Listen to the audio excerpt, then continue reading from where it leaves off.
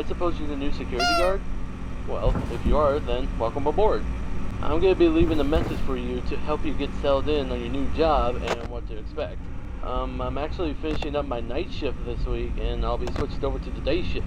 So I guess you applied at the right time. You don't have any idea how much trouble these past few weeks has been for the company. Ever since those 5 kids went missing around here the other week, we don't know whatever happened to them, and we're currently under an investigation. The parents are suspecting us for some reason, and I don't know why, as we do have a policy that clearly says Fazbear Entertainment is not responsible for damage to property or person. Upon discovery of damage or if death has occurred, a missing persons report will be filed within 90 days or as soon as property and premises have been thoroughly cleaned and bleached and the carpets have been replaced, and all that other stuff. Okay, I'm going on too much about the current state and policies. Let's get back on track. Anyways, as you probably know already, you'll be monitoring the building from 12 a.m. to 6 a.m. to ensure the safety of all property and equipment, as well as keeping an eye on the animatronic characters. What I mean by that is, for some reason, the characters tend to roam freely after hours. We don't know what's causing this glitch, but the engineers say that it's sometimes the result of them being turned off for too long, as they are programmed to roam around freely during the day, which I think is a technical achievement in today's robotics.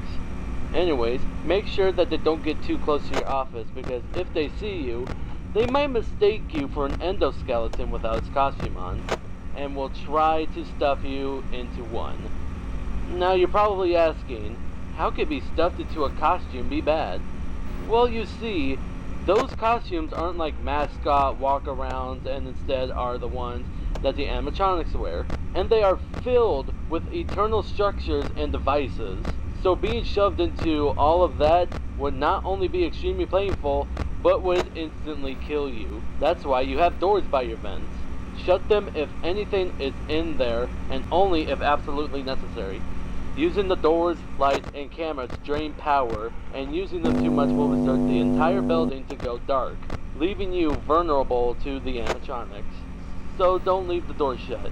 If an animatronic does somehow end up in your office, I have a small trick for that, which is hiding under the desk.